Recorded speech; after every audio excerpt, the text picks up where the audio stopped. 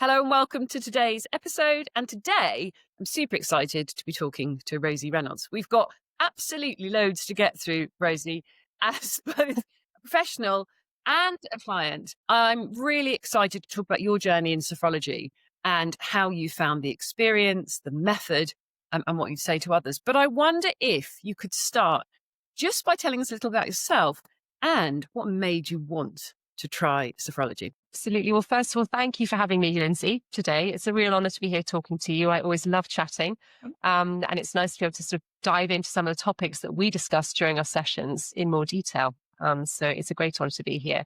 So just in terms of who I am and my background a little bit, my name is Rosie. I am historically a lawyer. So I trained as a lawyer and I now work in a C-level role in an investment management firm.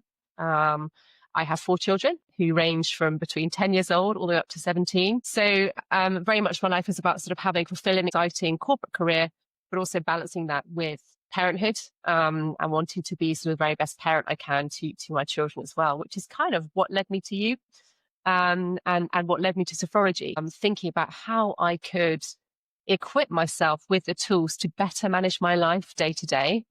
And to make sure I was maximizing my performance in the workplace, but also, my performance as a mother as well, and giving my children what I think they need to sort of equip them for modern life. So that was sort of how you and I met in the professional context. And I certainly found sophrology an incredibly all-encompassing tool that actually has uses beyond just potentially the sort of slightly more narrow case I thought it might do. And I've really found it a pervasive sort of set of tools to be able to use in my everyday life. And that has endured. So beyond the sessions that you and I did, I found it quite easy to come back to, quite easy to continue to sort of recall how it was I felt empowered actually by the sort of techniques we learned, and to continue to put those into use in daily life. That's absolutely amazing. Thank you so much for sharing that. One of the reasons I was drawn to sophrology is because it has a method. It has a tool behind it.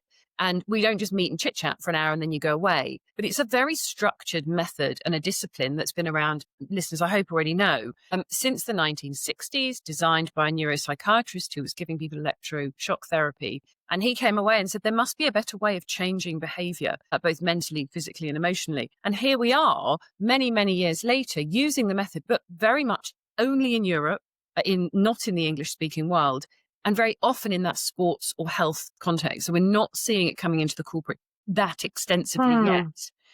Tell me a bit about people who might say, well, how does that work in compared to an hour's chat with a coach or an hour's conversation with perhaps a psychotherapist? I think from my perspective, I've done lots of coaching. So I've been privileged enough to have an organization that really works for an organization that really does invest in people.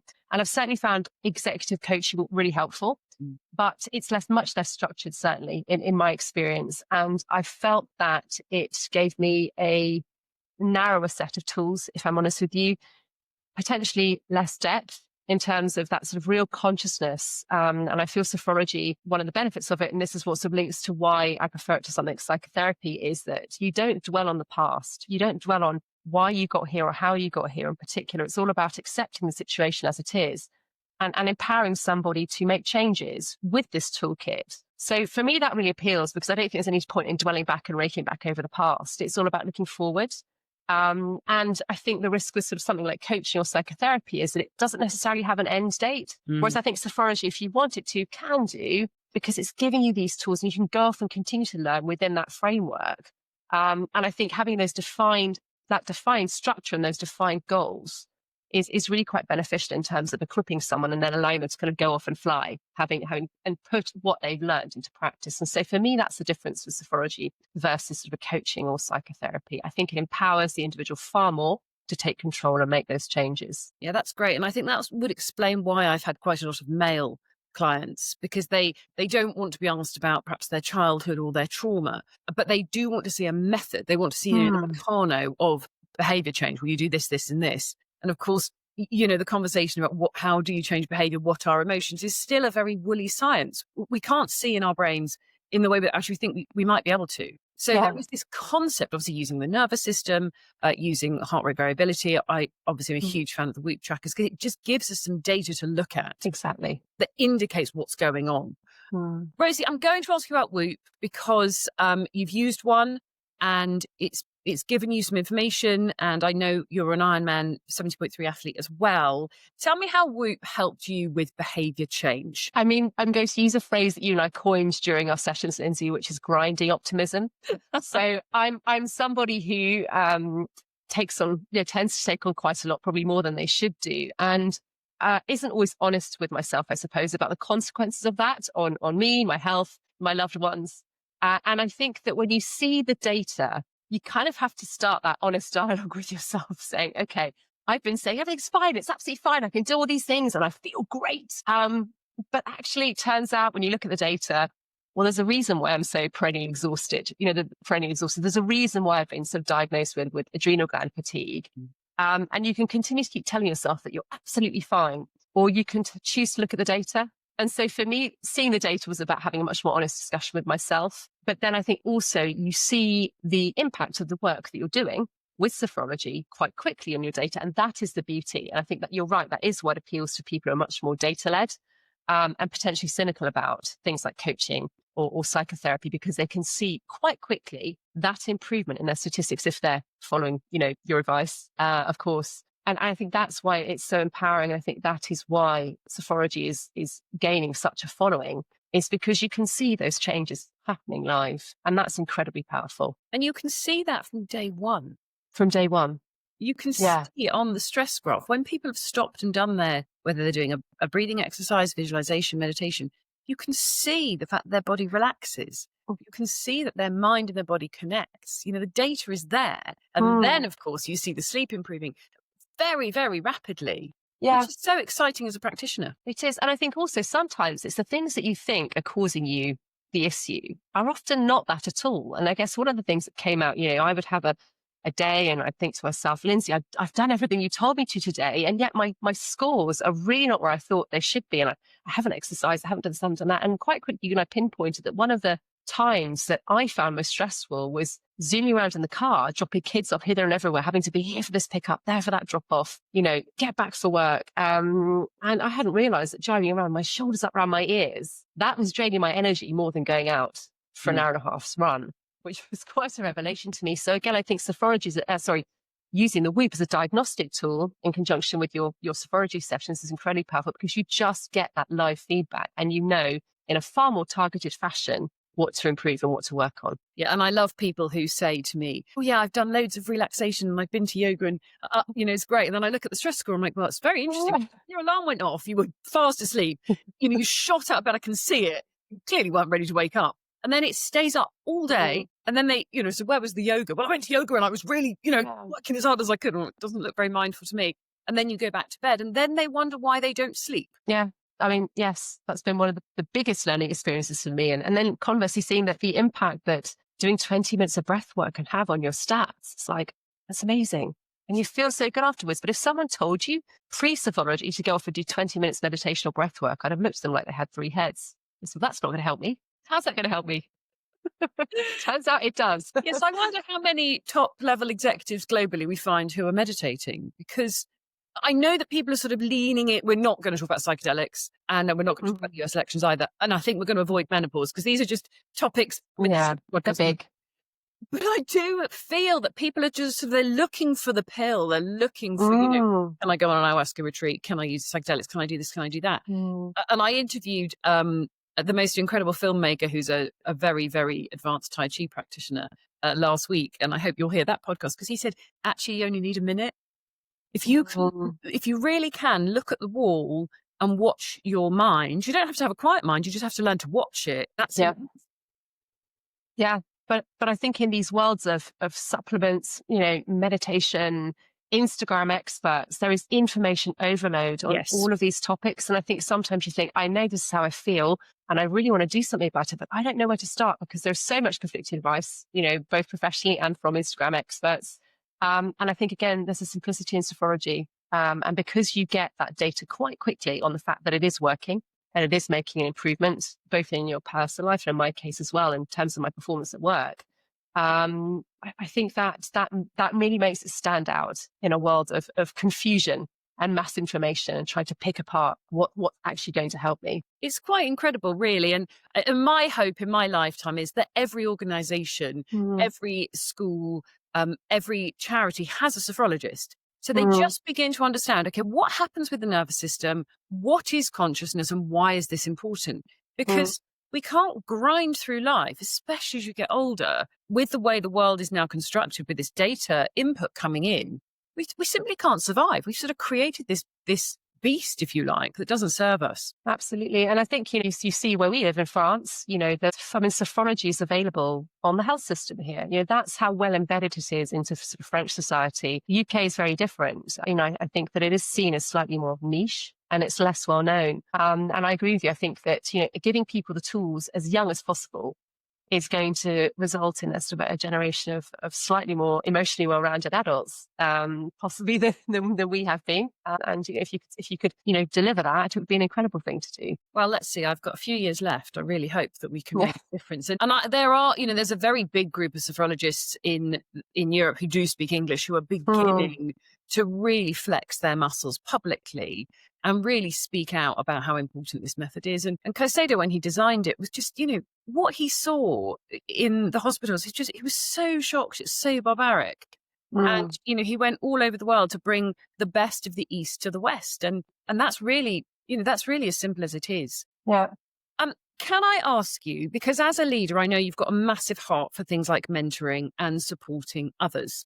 Yeah. And I'd really like to know how becoming more conscious of your own power, because power is one of the blocks, obviously, that I use in the sophrology sessions. How has that helped you with sophrology, become aware of your own power and your own leadership strengths when you're supporting other people? I think one of the greatest impacts sophrology has had on me, in terms of sort of my role as a leader, and the way in which I communicate, is teaching me to pause, to step back, and to look at what is really going on in any situation. Whereas as someone who's known for being permanently in a rush, I'd often sort of zoom into meetings, zoom back out again and on to the next one.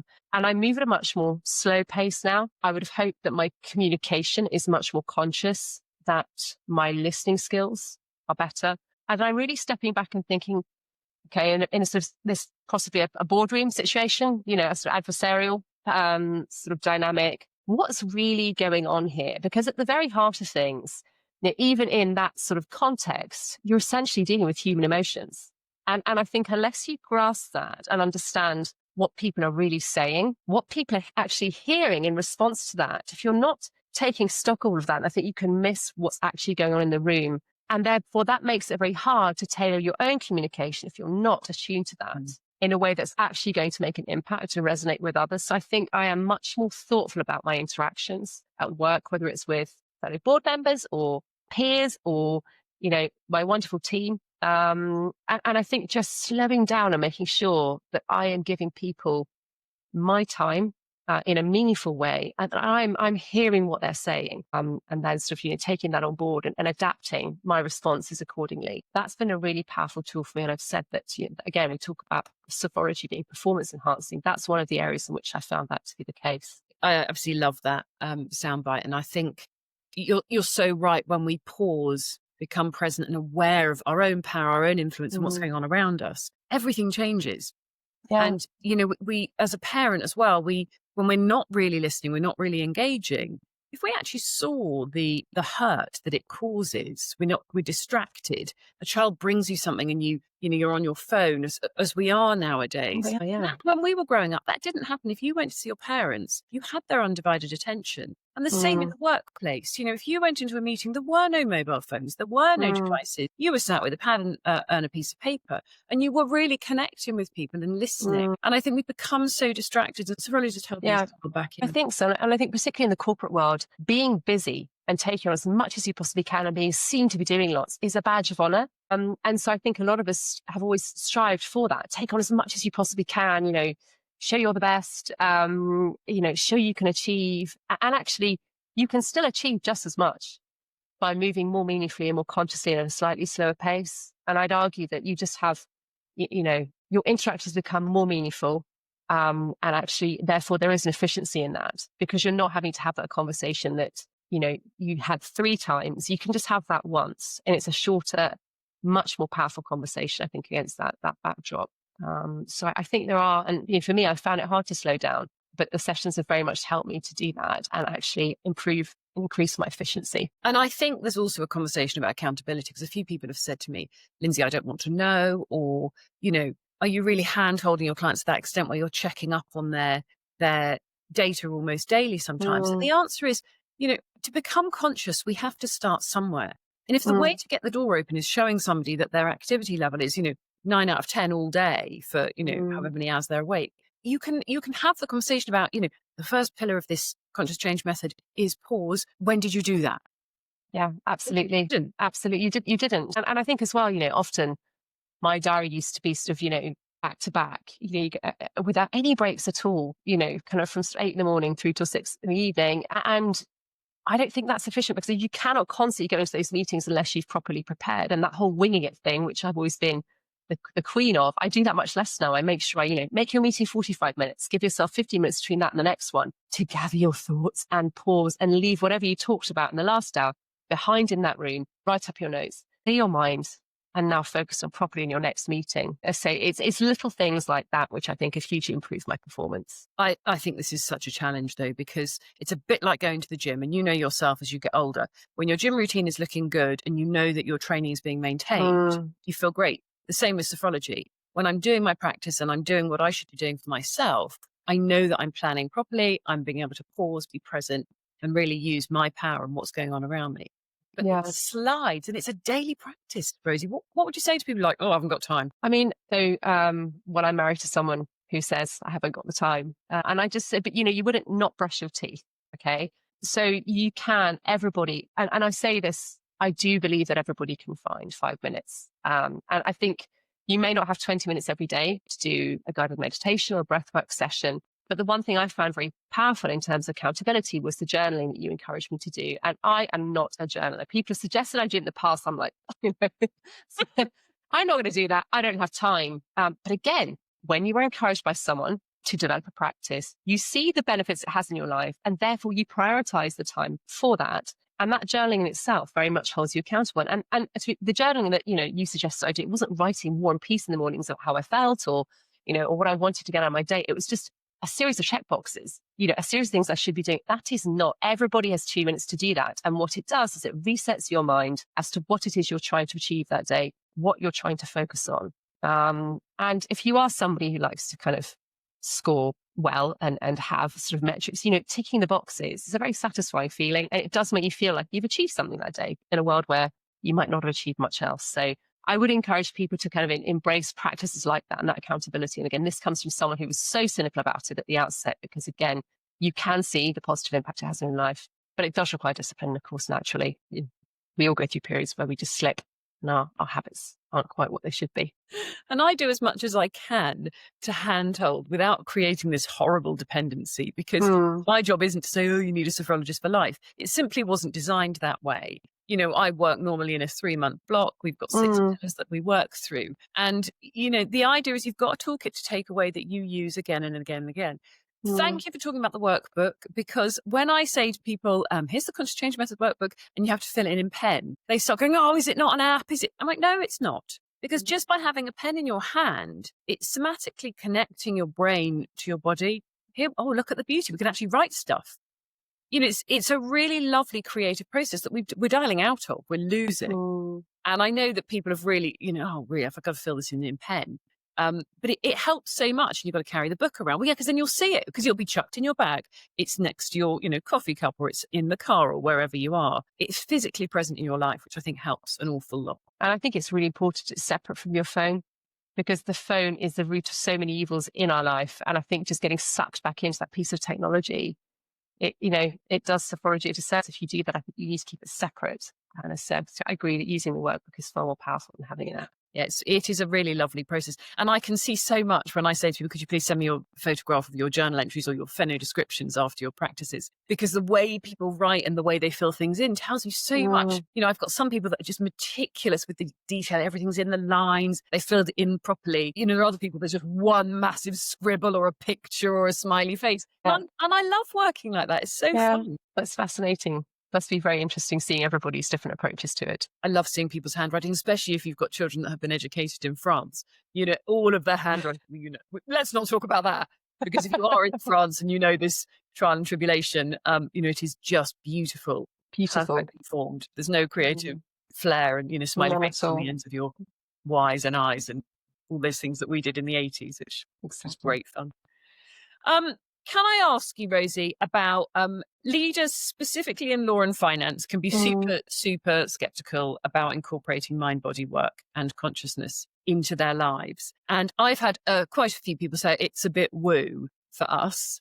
And I sort of think if Caicedo heard that, I think he'd cry quite a lot because, when he started out on this mission in the 1950s, he knew that this elevation of consciousness, becoming conscious, becoming aware of our thoughts, feelings, and emotions, and our desires on the inside was the only way to change the world. And here we are, still having that conversation. And if you've listened to any podcast recently about, people's awareness or lack of awareness, information or understanding, we know that this is not getting any better. Yet we have more data and information now available to us than we have ever done before in the history of mankind. Can you tell me what advice you'd give to those who are slightly hesitant and say, I haven't got time, it's a bit woo? I think if that person is in a leadership role, which, hopefully that's the kind of people that, you would be targeting to talk to in those sorts of organizations, then it comes back down, from my perspective, to what makes a good leader and that EQ versus IQ debate. And I certainly work in an industry where, IQ is very highly valued. And I think probably the worlds of law and finance are coming around to the idea that actually, and there are many studies on this, what makes a good leader stand out is actually their emotional intelligence rather than their cognitive abilities. And I can't tell you how firmly I believe that. And I think that in order to be a good leader, you do have to be developing your soft skills. You have to be developing your emotional intelligence, and conscious communication is inherently part of that. I think, you need to be a good communicator. You need to be able to demonstrate empathy. You need to be able to respond as a leader to a world of, ever evolving change to the point you're just making. AI, geopolitics, the competitive forces we face in our workplace at the moment, they're stronger than ever. And that requires someone to be able to set strategy and manage change against that backdrop. And from my perspective, that is all about being able to motivate, inspire, and manage a team of people. Those are your emotional intelligence skills that you're going to need to do that to kind of come to the fore. And I think Sophrology can really help develop those, but also it gives you license to value those tools as well. And so I think that, the worlds of finance and law, they are definitely changing. I think people are realizing that, and this is going to sound really cheesy, I hate the word human capital, but people are your greatest asset in any organization. And I'm a huge believer in hiring people that are far smarter and more capable than me. But you need to be able to inspire that team, as I said. And I think making sure you can retain your people means investing in them, not just you investing in them as a leader and thinking about how you're communicating with them, but also looking at those people, working out what their career development needs are, how's their well-being, have they got needs in that regard? It is so much better to invest in the people you have rather than to be constantly hiring and firing people. That is deeply inefficient, it's expensive, and it creates a really toxic corporate culture. So when I talk to people about the benefits of Sophrology, I see it, look at it through the lens of investing in your people who are, your greatest asset. And you should see that as being a much better use of your time and money to develop those people rather than, constantly looking for the next magical unicorn employee who's going to walk in and solve all your problems, or, firing somebody and rehiring. That's not the right way to run an organization. And so I think when I talk to, people in those leadership roles, I try and enhance all of those different points. Sophrology, it's not woo. It's a very simple toolkit to enhance performance and maximize, employee well-being as well. That's absolute music to my ears, because it's not an easy sell when you're straddling two worlds. And, I've got my clinic and my private practice, which I love, and that one-to-one is incredible. But in order to spread the message more widely, we have to start trying to scale into organizations, into groups of people, and teaching these very simple tools that can be very, very quick. Is incredibly effective, but it's getting people in the room in the first place and helping them understand why is stopping, pausing, and going inside. You remember the Tratak exercise? Yeah. Why is that going to help me at work? And it just complete mismatch. People just don't understand why the internal thoughts, feelings, and emotions are so important, because they drive all of their words, actions, and behaviors on the outside that then, of course, affect everybody else. And I think that's why I think that I think we have seen the corporate world changing, in that, executive coaching, mentoring programs, they're much more pervasive in organizations than they were 20 years ago. But I think sophrology is another layer on top of that. And I think it's a much more, I've said it before, it's a tool that you can use with an end date, which also should appeal to, kind of employers who want to think, well, I'm getting my staff hooked on sophrology and they're going to be needing sessions the next 3 years. As you say, it's a 3-month package, and, or longer if people want. And you can tailor it, you can adjust it. I'm sure you can deliver it in lots of different formats. And I think that it's about just getting that message across as intent. And I think it will come. Because I think, through the work you're doing, you are seeing the results of executives and leaders that you're working with, whether they be partners in law firms or, people at C-level roles in investment management firms.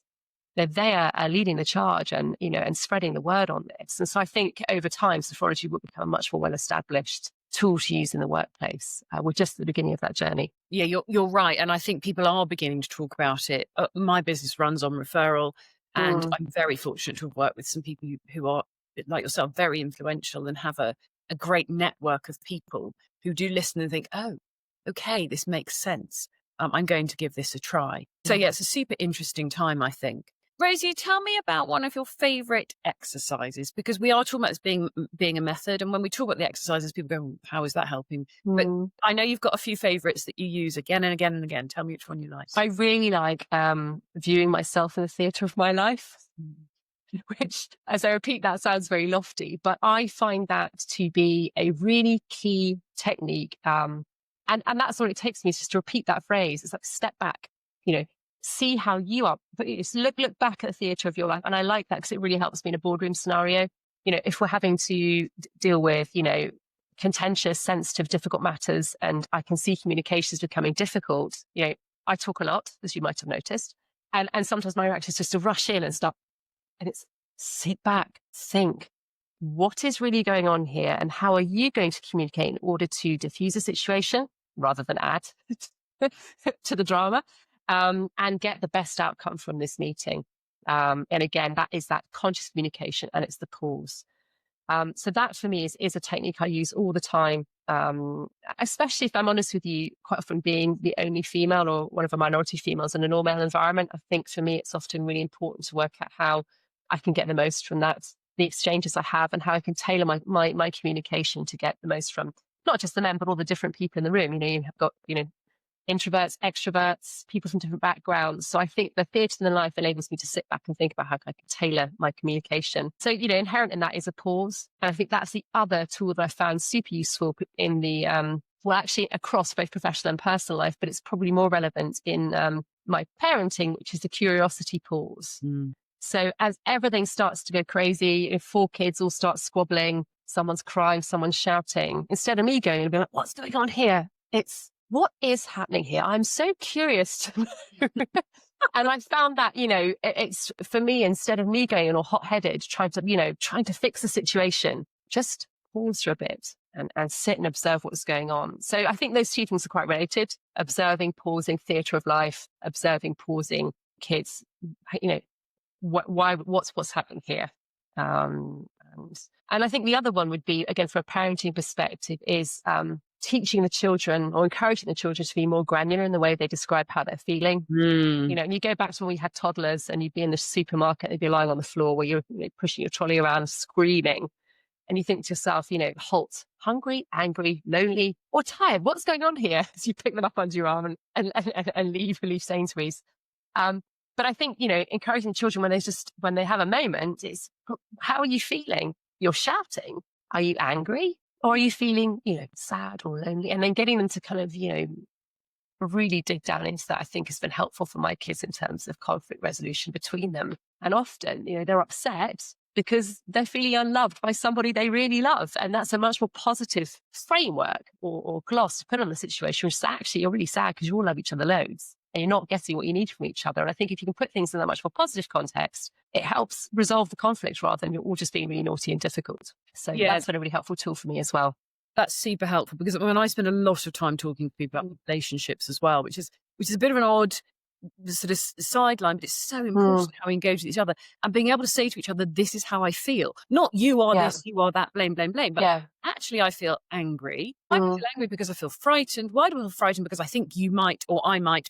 This emotional granularity, this what I'm calling emotional wealth creation. You wouldn't not look at your finances and think, well, how much have I got in there? In the same way, we need to look at our emotions. What have I got going on in here? What have I collected? What investments am I making? Where's the balance gone? I've got way too much fear and not enough joy. And what I'm thinking about is tomorrow and not today, and being present and pausing. You described the self-observation process beautifully. When your perspective changes, everything changes. And when you can observe yourself, it's like a superpower. Yeah. Very much so, very much so. And actually, I'm talking about toddlers lying on the floor in Sainsbury's, but actually the area I find it probably even more beneficial is teenagers, which is a whole other podcast. But I think sophrology as a tool for parents who are trying to navigate the teen years is one of the things that I found most effective as a way of connecting with my teens and trying to get to the bottom of, the eye rolling, the rudeness from the person who's previously sweet and lovely. It's been a very, very powerful tool for helping me navigate that. And it's not personal. When you can pause and put yourself out, you can see that their behavior isn't really directed at how they actually hate you, because they don't, although it feels like they do, weirdly. Well, it's an emotional granularity. What is it's really bothering you? Oh, it's something happened at school yesterday. Okay, got it. Let's talk about that. And I think when we work in the corporate world, especially with ego, and we won't dive into that, but when we can begin to see, okay, is this person operating from genuine emotion, or is this just an ego response that it's not relevant to me, it's just the way they are? No. Becomes a lot less painful. I think as well, also, and I'm segueing again here as I always do, but you mentioned there investing time and that, thinking of your energy as a currency as well, in terms of how it is you're going to use your time. As someone who's guilty of seeing a gap and just immediately filling it, all multitasking, trying to do 7 things at once, is what it is you're working at any given time. Are you using your energy in the right way? Could you better deflect it to something more valuable? Are you just doing mindless or meaningless things in the context of your values? I think that's another really powerful tool that sophrology has sort of enlightened me on. One of the hardest things when you're ambitious and driven and motivated, when do you stop? And I do it to myself. And, part of the work that I do, like you described, is the effort tracker, which is based on psychological coaching techniques, where you're actually tracking the effort, not the outcome. Yeah. Your daily bread is not about what have I achieved at the end of the day, but actually how have I spent the energy that I've got and where have I applied effort? Because if we get to the end of the day and think all I did was put effort into shouting at whoever, but I put no effort into loving my dog or connecting with my kids, whatever, we begin to see the fact that we lose the balance.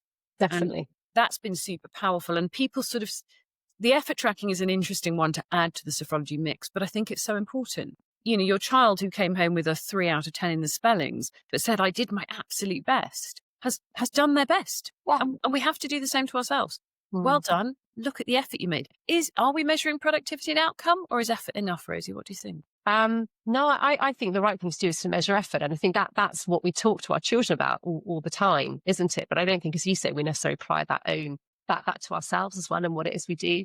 I think that, productivity is such an interesting one, because define productivity. Is it about, being efficient, or is it about just doing loads mindlessly, which is sometimes what I've been guilty of in the past. So I guess I look at effort as the metric rather than judging myself on the outcomes, because you can only influence your own effort. If you judge yourself constantly on outcomes, I think you can be disappointed and feel bad about your day and what you've done. And it's about the long game. In your line of work, especially from an investment perspective, it's not about what happens today. It's about what happens over the course of time. And when we begin to look at our emotional lives in the same way, that behavior today repeated with daily habits is what builds into long-term success. And the financial markets, I've been listening to some really interesting podcasts. It works in the same way. It does. And I think, in the world of investment strategies, the changes you make today will only play out in 5 years' time in terms of the strategies that you design and build. And so you have to play that long game. And I agree, you should, you can implement that mindset in your family life as well. And your relationships. and the Mm, way that you look after yourself. I'm talking a lot about longevity practices at the moment because it's the latest buzzword. We've obviously been through the biohacking, that was sort of last year's mm, thing. And we're now talking about longevity because people are desperately worried about dementia and mm, cognitive decline. And when mm, we start looking at the nervous system and our behavior and our sleep patterns, you can see what happens as we get into our older years, where we mm, suddenly become almost, well, we've run out of gas. And then the brain seems to do something particularly unpleasant. Going slow, Rosie, is the solution to longevity. Slow and steady does win the race. This is not a new mm. concept. It's really, really hard to deploy in today's world. It is. I think there's so much more research and data now on dementia and cognitive decline. And I just think it's definitely a malaise of the modern working world. So achievement focused, as saying, a badge of honor to be busy, managing on no sleep. I'm back in again. I had 2 hours sleep as it was when I was a junior lawyer.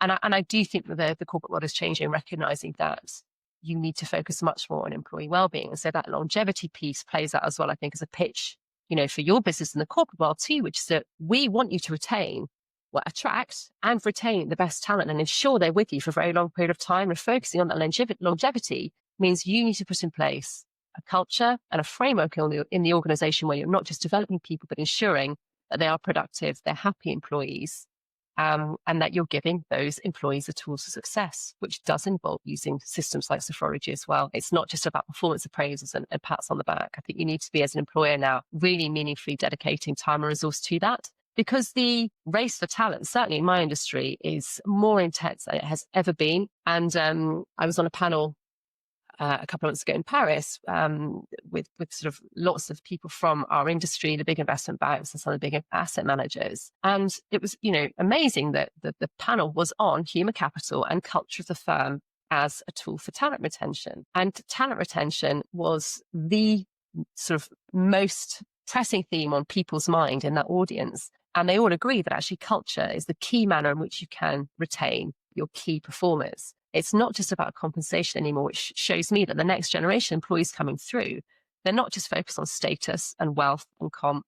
They're focused on doing their job in a way that benefits society as a whole, but also in a way where they look after their own personal well-being. So again, the pitch to employers for me is that if you want to attract the next generation of bright young things, you need to make sure you've got a pretty good wellness program and a very strong, firm culture that supports that. Yeah. And I think, methods like Sophrology are going to be the heart of those wellbeing programs on a future-looking basis. I think this bolt-on of wellness is quite upsetting and it is changing. But the burn rate in young people is incredible, especially post-COVID. And, you're talking about retention, human capital. And I think there's that social capital as well. When people aren't in the office, they're not, you and I would have been, on the tube every day, going to work, having lunch, drinks Yeah. after work. That was the corporate culture that we grew up in, and it was great. Now I see people at home doing their exercise classes online. They're very isolated. Things have changed an awful lot, and it's not a world I like the look of. And I think you and I could podcast forever on Gen Z, because it's, we've got young teenagers. It's a very exciting but quite frightening time. It is, absolutely. Yeah.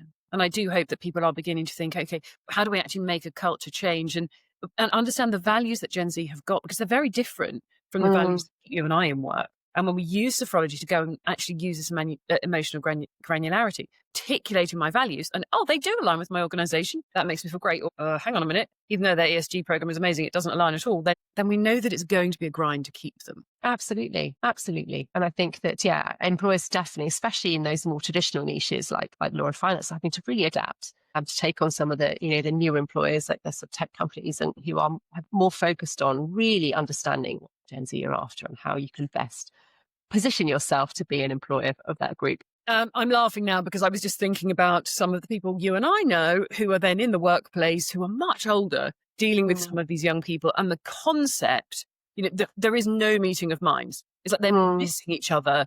Well, they're missing each other almost in this direction. And when you and I have those conversations, and we'll mention no names, with people who I just don't understand what's going on with this younger generation, my heart breaks, because they're not able to change their perspective, put on a different pair of glasses and think, well, these kids missed some of their education in COVID. They've had a really, really rough ride, yet the older generation is sort of thinking, well, they weren't starving and they've all got all this tech and brand new trainers and, things that we had to wait for Christmas for. Yeah. interesting. It is. I think there's a big generational gap, and I think actually closing that does represent quite a challenge for employers. Which again is, I think, it's important to have an environment where you can communicate consciously and freely, and where people are listening. Because only once people listen to each other do you start to identify tools for bridging that gap. And I mean, this comes up quite often, I think, in the corporate world, which is just, you know, at the end of the day, you want to provide flexibility and you want to be very focused on your employees as people, but you are also running a business. You may have investors or clients to whom you're accountable, and that's a big responsibility. And I think it's trying to understand how you can maximize productivity and efficiency and having happy staff, you know, within that group, within that demographic. And there are ways of doing that. I think you just to be very thoughtful and conscious about it and be flexible and open-minded and just engage, consult, and come up with a plan together. There's always a line, isn't there? And I think you're absolutely right. And whose responsibility is this? But we know that consciousness does help close that gap of connection between generations. But absolutely, the older we get, unfortunately, it seems to be like the less conscious we are. I think that's also a really interesting question about well-being. You know, is it the employer's responsibility or is it the employees? And we won't dive into that because it's just fascinating. But the guy that runs Whoop, you know, if his employees have a red score, they're not to come to work. You know, I think that's hilarious, and I can't imagine how that works. But no. But he's probably got a point. If you can't get enough sleep to be efficient at work, please don't come, or you know, whatever, drinking or but if it's because you were you know out partying and drinking and taking cocaine all night, then I mean, kind of. Possibly as yoga sometimes. Raving records as hedge cutting or karate. Just so you know, there you go. On somebody's data, I have had some very interesting conversations. Yeah. Karate for 9 hours. Oh, I was in Ibiza. Okay, fine. Yeah. Look, I think well-being is shared responsibility, but I think typically employers haven't seen it as being within their remit. And of course, as an employee, you have to be looking after yourself and taking responsibility for your health and your well-being. But I think employers need to meet you in the middle and put in place a framework at work. Well, let's avoid the conversation about victim and blame mindset, because, of course, that's a whole other podcast. My closing question to you, Rosie, would be really as a woman in the workplace. We have a very unique set of leadership gifts and talents as women. How do you think we can use these to improve the workplace? I think that, I mean, women as leaders generally tend to display lots of emotional intelligence. That's not to just say that men can't as well. And I think they're more inclined probably to sort of lead in a conscious manner. But again, I see men doing that as well. So I don't think this is necessarily unique. I guess it's about understanding every employee as an individual, so that you get the most out of those people. And really what you're looking for in any organization, I think, is to make sure you've got a diverse and inclusive workforce, because the decisions that you're making are going to be so much more robust and better if you have a diverse set of inputs. And I think the sort of female leadership in the past has always catered very well for sort of teasing out all of those different perspectives, making decisions in a much more sort of collaborative way. But I just find that really is, I think, the difference between the older generation and this new generation of leaders coming through. And I say I actually see plenty of men who are just as enlightened. I think it's the women who've had to fight quite hard to get to the top. There are still in our world far more male leaders than there are female leaders. And so it tends to be the women that have come through, because they've had to battle to get to where they are, tend to have those skills that are more suited to leadership. Whereas men, a few years ago, the bar was definitely lower. And so you have a whole different range of leadership styles. But I think as women, our empathy is pretty high by and large. And I think that places you in a very good position to be a solid leader and certainly a developer of talent in the workplace. We won't dig into evolutionary psychology, but I know as we're both parents of girls, we have these conversations a lot because they're very challenging. Our girls ask us some very interesting questions of what's it like in the work the world of work. How does that work? They ask us about equality. They ask us lots of global questions, and I'm endlessly fascinated to watch their own development and slightly terrified.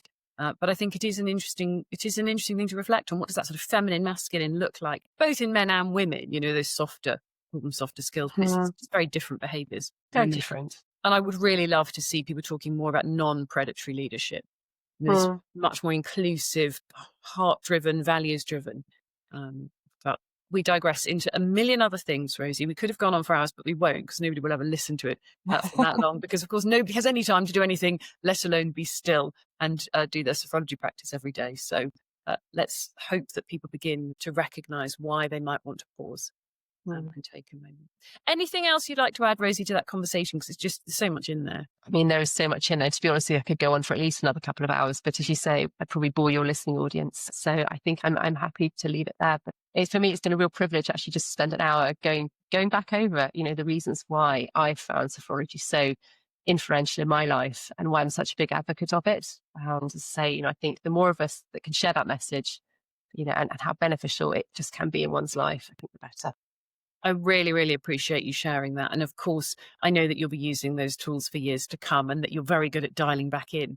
But please celebrate your own efforts, because you've worked hard to make the time and to really understand what's this all about, where's it come from, and how do I apply it. So thank you very, very much. And it's been an absolute Mine too. Thank you.